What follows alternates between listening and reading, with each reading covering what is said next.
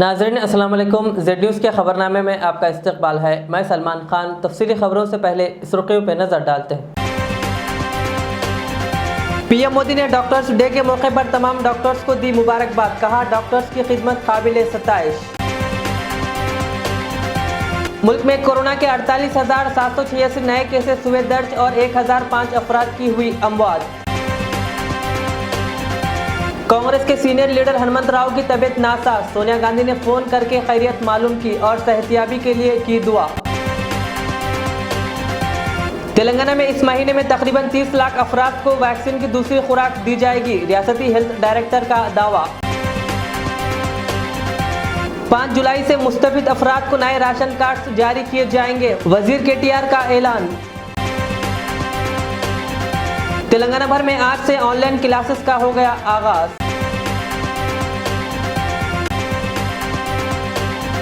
अब पेश है खबरों की तफसील। मुल्क के वजीर आजम नरेंद्र मोदी ने डॉक्टर्स डे के मौके पर तमाम डॉक्टरों को मुबारकबाद पेश की। ट्वीट करके वजीर आजम ने कहा, डॉक्टर्स डे के मौके पर मैं तमाम डॉक्टरों को मेरी जानिब से मुबारकबाद पेश करता हूँ। उन्होंने तमाम डॉक्टरों की वबा के इस दौर में की गई मेहनत की सताइश की और तारीफ की। वज़ीर आज़म ने ट्वीट के साथ अपने मन की बात प्रोग्राम की एक वीडियो भी शेयर की है, जिसमें उन्होंने डॉक्टरों के ताउन व खिदमात के बारे में अपने ख्यालात का इजहार किया। मेरे प्यारे देशवासियों, अब से कुछ दिनों बाद 1 जुलाई को हम नेशनल डॉक्टर्स डे मनाएंगे। ये दिन देश के महान चिकित्सक और स्टेट्समैन डॉक्टर BC राय की जन्म जयंती को समर्पित है। कोरोना काल में डॉक्टर्स के योगदान के हम सब आभारी हैं। हमारे डॉक्टर्स ने अपनी जान की परवाह न करते हुए हमारी सेवा की है। इसलिए इस बार नेशनल डॉक्टर्स डे और भी खास हो जाता है। साथियों, मेडिसिन की दुनिया के सबसे सम्मानित लोगों में से एक हिपोक्रेट्स ने कहा था, wherever the art of medicine is loved, there is also a love of humanity. यानी जहां आर्ट ऑफ मेडिसिन के लिए प्रेम होता है, वहां मानवता के लिए भी प्रेम होता है। डॉक्टर्स इसी प्रेम की शक्ति से ही हमारी सेवा कर पाते हैं। इसलिए हमारा ये दायित्व है कि हम उतने ही प्रेम से उनका धन्यवाद करें, उनका हौसला बढ़ाएं। वैसे हमारे देश में कई लोग ऐसे भी हैं जो डॉक्टर्स की मदद के लिए आगे बढ़कर काम करते हैं। श्रीनगर से एक ऐसे ही प्रयास के बारे में मुझे पता चला।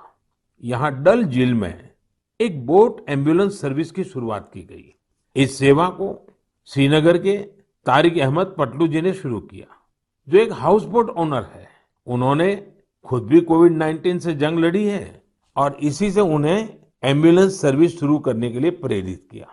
उनकी इस एम्बुलेंस से लोगों को जागरूक करने का अभियान भी चल रहा है। वो लगातार एम्बुलेंस से अनाउंसमेंट भी कर रहे हैं। कोशिश यही है कि लोग मास्क पहनने से लेकर दूसरी हर जरूरी सावधानी बरतें।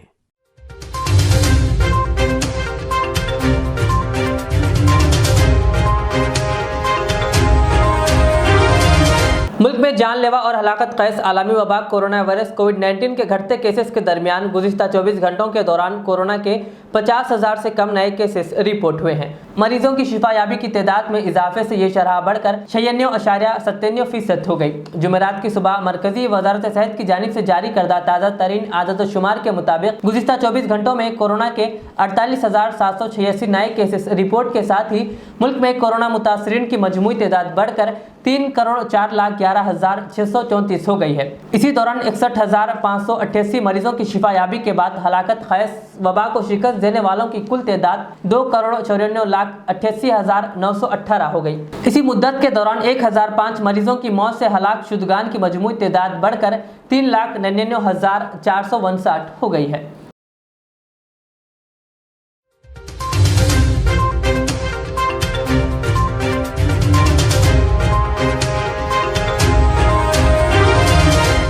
तेलंगाना के कांग्रेस के सीनियर लीडर और साबिक राज्यसभा रुकन वी हनुमंत राव की तबीयत नासाज है। इन्हें पेट में दर्द की शिकायत के बाद अस्पताल में दाखिल कराया गया है। कांग्रेस की सदर सोनिया गांधी ने आज हनुमंत राव से फोन पर राब्ता कायम किया और उनकी सेहत से मुताल्लिक मालूमात हासिल किए। हनुमंत राव फिलहाल शहर के अपोलो अस्पताल में जेरे इलाज है। कांग्रेस जराये के मुताबिक हनुमंत राव ने सोनिया गांधी को बताया कि गुर्दे में इन्फेक्शन की वजह से वो अस्पताल में जेरे इलाज है और फिलहाल उनकी सेहत किसी कदर बेहतर है। इससे पहले वो कोरोना वायरस से मुतासिर हो गए थे। इस पर सोनिया गांधी ने हनुमंत राव से कहा कि जिंदगी बहुत अहम है, अपनी सेहत का खास ख्याल रखें। सोनिया गांधी ने हनुमंत राव की आजिलाना सेहतयाबी के लिए नेक तमन्नाओं का इजहार किया। गुज़िश्ता रोज कांग्रेस के जनरल सेक्रेटरी सी वेणुगोपाल ने भी हनुमंत राव को फोन किया था और उनकी सेहत के बारे में मालूमात हासिल की थी। हनुमंत राव ने सोनिया गांधी और वेणुगोपाल का शुक्रिया अदा किया।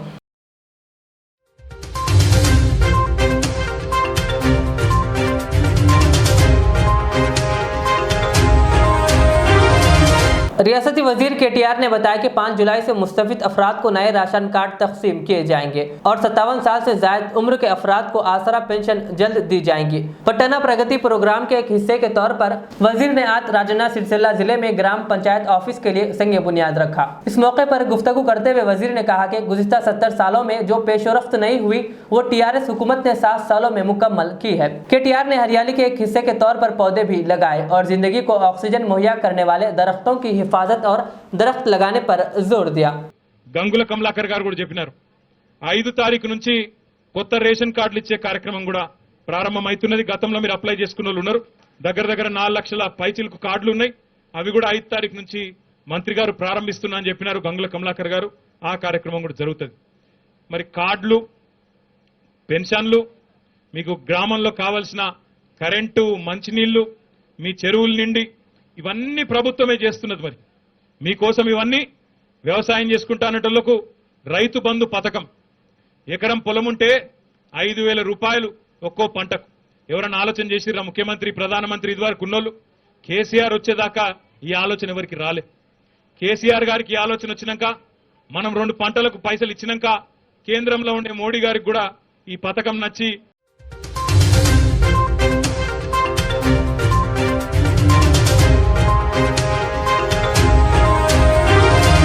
Telangana state public medical and health के डायरेक्टर डॉक्टर जी श्रीनिवास राव ने बताया कि जुलाई के महीने में तकरीबन 30 लाख अफराद को वैक्सीन की दूसरी खुराक दी जाएगी। उन्होंने तस्दीक की कि यह वैक्सीन 18 साल से ज्यादा उम्र वालों को ही दी जा रही है। श्रीनिवास राव ने कहा कि शहरी अपने इलाके में ऑनलाइन रजिस्ट्रेशन करने वालों को 204 गवर्नमेंट कोविड मराकज में वैक्सीन दी जाएगी। उन्होंने कहा लोग देही इलाकों में प्राइमरी हेल्थ केयर सेंटर्स में खुराक ले सकते हैं। उन्होंने मजीद कहा कि यह वैक्सीन ग्रेटर हैदराबाद में 100 मराकज में दी जा रही है। श्रीनिवास राव ने कहा कि कोविशील्ड को 14 से 16 हफ्तों के दरमियान लिया जा सकता है, जबकि कोवैक्सीन को 4 से 6 हफ्तों के वक्फे के दरमियान लिया जा सकता है। కోవిషీల్డ్ ఎస్పెషల్లీ మన తెలంగాణ రాష్ట్రంలో 14 నుంచి 16 వారాల మధ్యలో ఈ టైం కంప్లీట్ అయిన తర్వాత మీరు దగ్గరలో ఉన్న ప్రభుత్వ వ్యాక్సినేషన్ సెంటర్కి విజిట్ చేయడం ద్వారా వాళ్ళందరూ కూడా వ్యాక్సిన్ తీసుకోవడానికి అవకాశం ఉంటుంది। తర్వాత కోవాక్సిన్ ఏదైతుందో అది ఇంత ముందులాగానే 4 నుంచి 6 వారాల మధ్యలో మీ ఆ డ్యూరేషన్ ఏదైనా ఉంటే దాని ప్రకారం మీరు వ్యాక్సిన్ తీసుకోవచ్చు। సో ఈ విధంగా ఫస్ట్ డోస్ 18 సంవత్సరాల పైబడిన అందరి వ్యక్తులకు కూడా ఎవరైతే ఉన్నారో వాళ్ళందరూ కూడా మీరు కోవిన్ పోర్టల్లో బుక్ చేసుకోవడం ద్వారా అండ్ ఎవరైతే ఈ కోవిషీల్డ్కి సెకండ్ డోస్ ఆర్ కోవాక్సిన్కి ఆ నిర్ణీత డ్యూరేషన్ ఏదైతుందో దాని ద్వారా కంప్లీట్ అయిన వాళ్ళందరూ కూడా దగ్గరలో ఉన్న ప్రభుత్వ వ్యాక్సినేషన్ సెంటర్కి వెళ్ళడం ద్వారా పూర్తి ఉచితంగా ఈ సర్వీసెస్ పొందడానికి అవకాశం ఉంటుంది। 18+ వాళ్ళు అంటే మొత్తం మీద మనకి కేంద్ర ప్రభుత్వం ఇచ్చిన ఈ టార్గెటెడ్ బెనిఫిషరీ ప్రకారం చూసుకుంటే టోటల్ 2,20,00,000 మంది ఉన్నారు। ఇప్పుడు ఈ 18+ కానివ్వండి, 45+ కానివ్వండి, ఇంకా అవన్నీ ఏం లేవు। దిస్ ఇస్ ఓన్లీ 1 గ్రూప్, ఎందుకంటే కోవిన్లో కూడా మార్పులు చేయడం జరిగింది।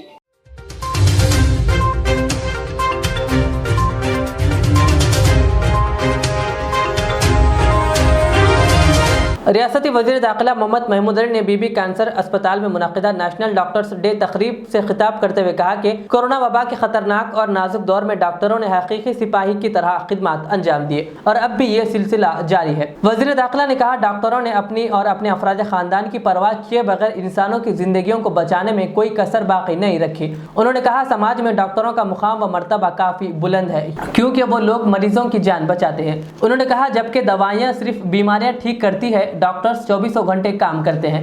बिलखुसूस हंगामी हालत में वो दिन रात काम करते हुए लोगों की जिंदगियां बचाते हैं। वजीर मौसूफ ने कहा, डॉक्टर्स अपनी अनमोल जिंदगियों को खतरे में डालकर अपने मरीजों की जान बचाने में मसरूफ रहते हैं। उन्होंने तमाम डॉक्टर्स की अनमोल खिदमत का एतराफ़ करते हुए तमाम डॉक्टर्स को मुबारकबाद पेश की। हमारे लिए बड़ा अहमियत का दिन है, क्योंकि आज का दिन डॉक्टर्स डे मनाया जाता है।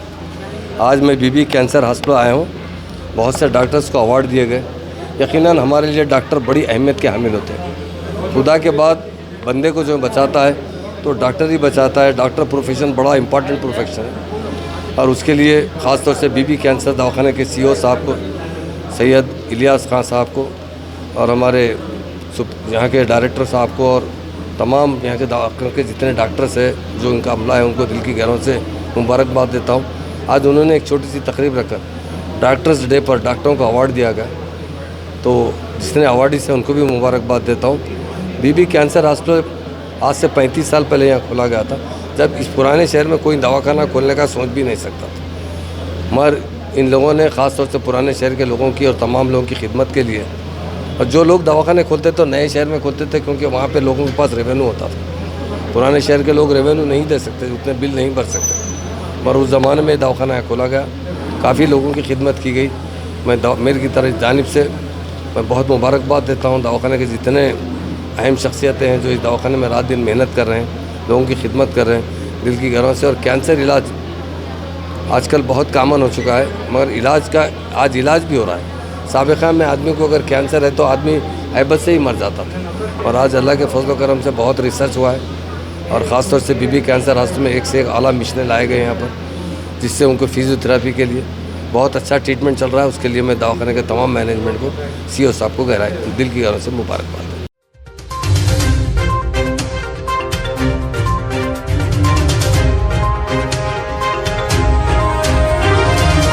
तेलंगाना भर में आज से ऑनलाइन क्लासेस का आगाज हो गया। कोरोना की वजह से जारी साल शख्सी क्लासेस का इनेकाद मुमकिन ना होने के सबब ऑनलाइन क्लासेस का आगाज किया गया है। तमाम सरकारी स्कूल्स, प्राइवेट स्कूल्स, जूनियर और डिग्री कॉलेजेस के तलबा के लिए ये क्लासेस शुरू की गई हैं। वालिदैन को मशवरा दिया गया है कि वो बच्चों की ऑनलाइन क्लासेस के सिलसिले में बच्चों के साथ तालमेल पैदा करें। सुबह 8 बजे से इन क्लासेस की शुरुआत की गई है, जिसके लिए मुख्तलिफ किस्म के ऐप्स को डाउनलोड करना ज़रूरी करार दिया गया है। ज़िला कलेक्टर्स भी क्लासेस के इनेकाद के सिलसिले में निगरानी का काम कर रहे हैं। वाज़ेह है कि क़ब्ल अज़ी हुकूमत ने 1 जुलाई से तमाम तालीमी इदारे खोल देने का ऐलान किया था। बाद सिर्फ ऑनलाइन क्लासेस का नज़्म रखने का फ़ैसला किया गया।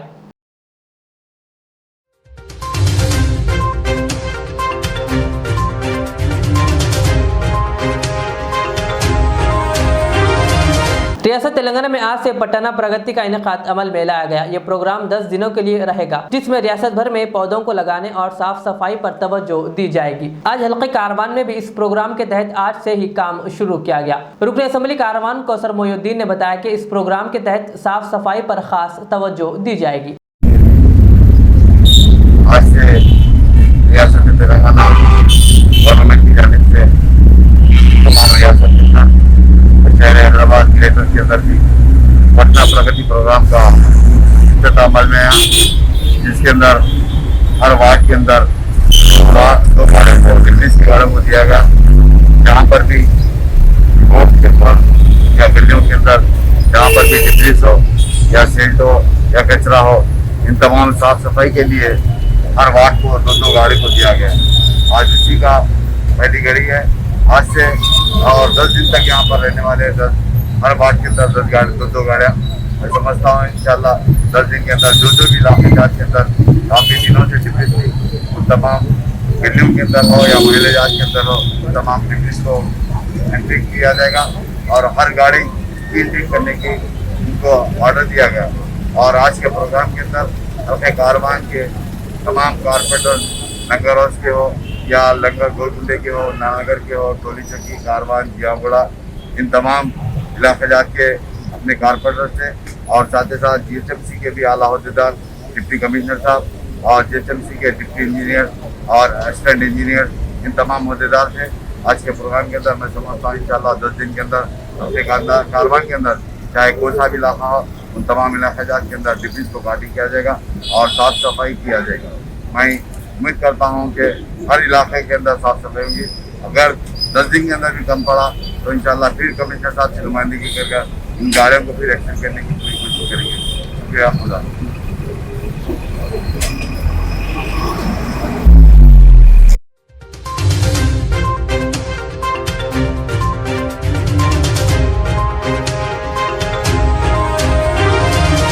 डबीरपुरा पुलिस स्टेशन हुदूद के तमाम पान शॉप्स के मालिकीन को बुलाकर आज डबीरपुरा एसीपी ने गुटखा, तंबाकू वगैरह व गैर कानूनी अशिया फरोख्त न करने की हिदायत देते हुए काउंसलिंग की। बुरा काम आप लोग नहीं करना, आप अच्छे रहना, आपके साथ आप फैमिली भी अच्छे रहना। अन्ना से छोटा बेल भी नहीं मिलते,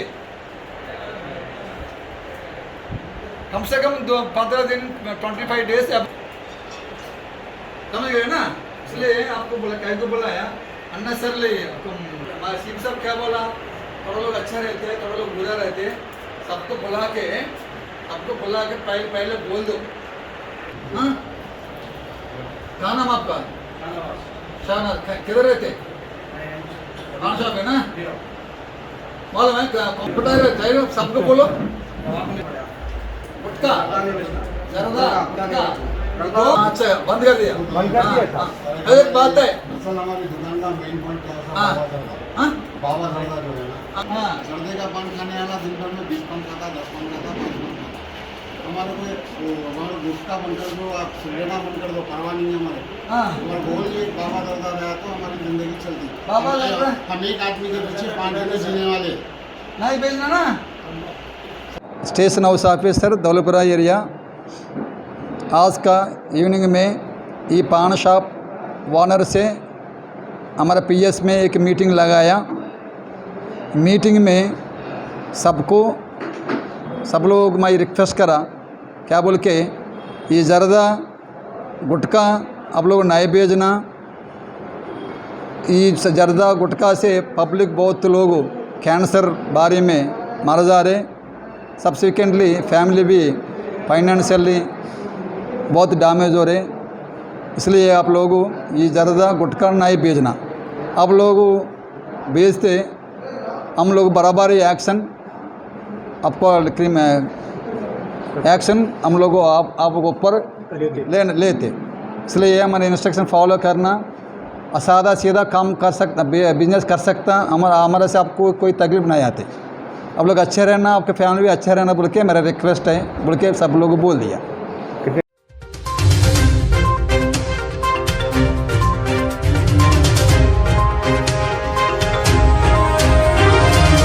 वरंगल एसआर यूनिवर्सिटी के तलबा ने यूनिवर्सिटी इंतजामिया को इम्तहानात मुलतवी करने के लिए तयशुदा इम्तहानात के खिलाफ एहतजाज किया। यूनिवर्सिटी ने तलबा को यकीन दिलाया कि वो इसके बारे में कुछ दिन में फैसला लेंगे।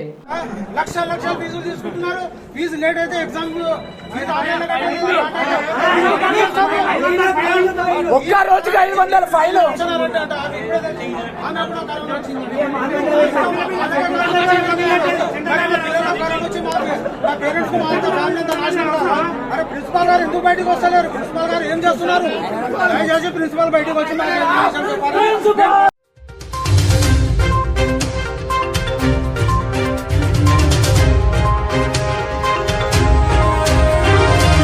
पुराने शहर का बाबर नामी नौजवान जख्मी होने पर उसे नामालूम अफराद ने अस्पताल पहुंचाया। ये शख्स जख्मी कैसे हुआ अभी तक इसकी इत्तला पुलिस को भी नहीं है और ना ही इनके घर वालों को है। बाबर के घर वालों को कोई नामालूम शख्स ने फोन करके इत्तला देने पर उनके घर वाले अस्पताल पहुंचे। इलाज होने के बाद अस्पताल से ये जख्मी शख्स को डिस्चार्ज कर दिया गया। फिर घर जाने के बाद तबीयत बिगड़ने पर दोबारा उस्मानिया अस्पताल ले जाया गया। फिर कुछ देर बाद इस शख्स का इंतकाल हो गया। घर वालों ने उस्मानिया अस्पताल के डॉक्टर्स पर इल्जाम लगाते हुए कहा कि इलाज बेहतर न करने से इंतकाल हुआ है। इस पूरे मामले की पुलिस तहकीकात कर रही है। मेरा नाम सैयद अशरफ अली है, मैं पेशे से ऑटो ड्राइवर हूँ। मेरा बच्चा सैयद बाबर अली सुबह 4:30 को घर से निकला, उन्हें निकल के बोला कि भाई हम अभी आ रहा हूँ अब्बा बोल के जो गया, तो फिर वापस नहीं आया। फिर मेरे को, मैं ऑटो चला रहा था, सिटी में था मैं, तो मेरे को फ़ोन आया एक कि आप बाबर के वालिद है क्या बोल के फ़ोन आया। तो मैं बोला हाँ साहब मैं बाबर का वालिद हूँ।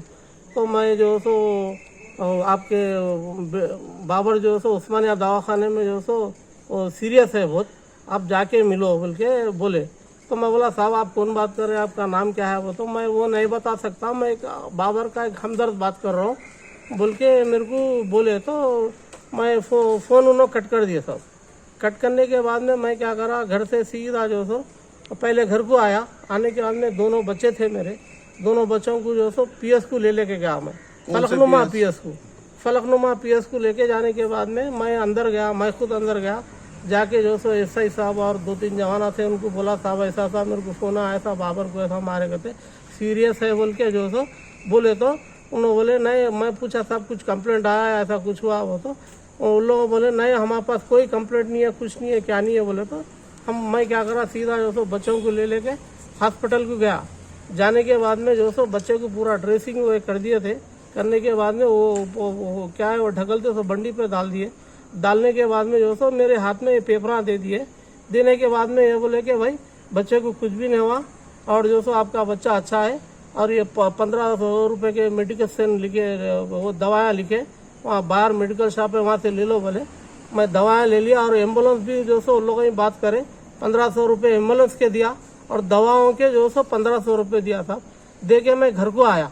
आने के बाद में जो सो बच्चा एकदम सीरियस हो गया। तो फिर मैं क्या करा, फलकनुमा पीएस को गया।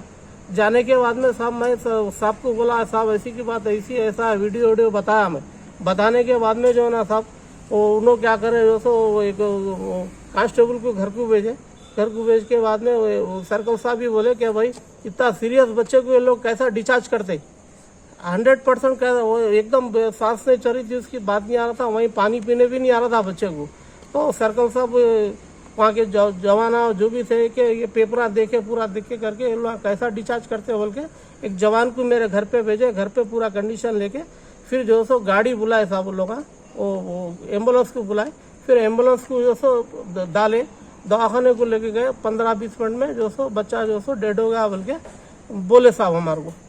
आपको पहली बार जब हॉस्पिटल गए थे आपका बच्चा क्या कैसे कंडीशन में था? सीरियस कंडीशन में था? नहीं बिल्कुल अच्छा था। सीरियस था साहब, बात नहीं आ रही थी और पानी पीने बिल्कुल नहीं आ रहा था। मैं खुद पानी पिलाने गया तो पानी उसके अंदर नहीं जा रहा था। तो डॉक्टर्स को नहीं बोले आप ये बात बच्चा सीरियस कंडीशन में है? साहब वो लोग बात ही करने नहीं दे रहे साहब। कोई इधर भाग रहा, कोई इधर भाग रहा। हमारे को तो क्या मालूम, बोलो हमारे को इमीडिएटली फोन आया तो गए हम। नहीं आप शक क्या है साहब, वो लड़ाई झगड़े का है बोल रहे, क्या है क्या नहीं हमको तो नहीं मालूम साहब। क्या काम करते थे उन्होंने जो सो वो मरफे का काम करते थे साहब, बाजा बजाते? हाँ, सैयद बाबर अली। आपके बच्चे को जब हॉस्पिटल लेके गए आपको इसकी इत्तला थी? नहीं। उनका इलाज हुआ सो इत्तला थी? नहीं थी। उनका इलाज होने के बाद आपको डिस्चार्ज करने की इत्तला मिली? डिस्चार्ज जब बच्चा आपका डॉक्टर पुलिस आपको कोई भी इन्फॉर्म नहीं करे? नहीं कोई नहीं करे साहब। जबकि मैं फलकनुमा पीएस को आया, आने के बाद में वहाँ भी इत्तला नहीं मिली। फिर दवाखाने को गया, उन लोग पूरा डिस्चार्ज के पेपरा दे दिए। बच्चे को जो साथ ला के एम्बुलेंस का भी उन लोग ही बात करे। उनके ऊपर अटैक कौन करे नहीं मालूम? मेरे को नहीं मालूम। उनको दवाखाने को कौन लेके गया नहीं मालूम? बिल्कुल नहीं मालूम। फिर मैं आते आते क्या करा सब, ये क्या है बोल के फिर यहाँ पे ये छतरी नाका पीएस में भी कंप्लेंट करा। तो वो लोग भी बोले कोई कंप्लेंट नहीं है, कुछ नहीं है, क्या नहीं है, वो तो चलेगा सब में। सब एक गरीब आदमी की एक हमारे तेलंगाना सीएम साहब से गुजारिश है कि मेरा बच्चा डेड हो गया। डेड की वजह ये है कि जो उस्मानिया दवाखाने में जो लापरवाही हुई ना साहब, उसके तरफ से डेड हुआ साहब। वो अगर वो उस्मानिया दवाखाने वाले अगर उसको ट्रीटमेंट अच्छा देते ना साहब तो वो नहीं मरता था साहब। कहीं को बोले तो वो लोग क्या करे, पूरा बॉडी उसका फ्लेक्चर हो गया, पूरा बर्बाद होने के बाद में उसको डिस्चार्ज कर दिए साहब। मैं घर को लाया, लाने के बाद में फिर रिटर्न जो सो हमारे फलकनुमा पीएस के सर्कल साहब जो से जवान को भेज के फिर रिटर्न लेके गया। 10-15 मिनट में डेड हो गया साहब। मैं कमिश्नर साहब से ये बहुत बेइंतहा जो सो गुजारिश करता हूँ साहब कि डॉक्टर्स को कुछ करिए साहब। ये मैं इसलिए चाह रहा हूँ ये बात कि मेरा बच्चा तो गया, किसी और का बच्चा ना जाए साहब। कहीं कि वो तो उस्मानिया दवाखाना हमारा तेलंगाना की शान है साहब।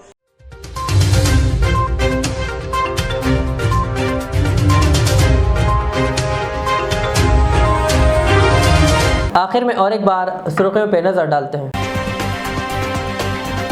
पीएम मोदी ने डॉक्टर्स डे के मौके पर तमाम डॉक्टर्स को दी मुबारकबाद। कहा डॉक्टर्स की खिदमत काबिले सताइश। मुल्क में कोरोना के 48,786 नए केसेस हुए दर्ज और 1005 अफराद की हुई अमवात।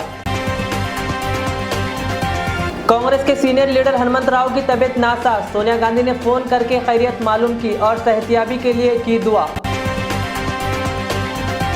तेलंगाना में इस महीने में तकरीबन 30 लाख अफराद को वैक्सीन की दूसरी खुराक दी जाएगी, रियासती हेल्थ डायरेक्टर का दावा। 5 जुलाई से मुस्तफिद अफराद को नए राशन कार्ड जारी किए जाएंगे, वजीर केटीआर का ऐलान। तेलंगाना भर में आज से ऑनलाइन क्लासेस का हो गया आगाज।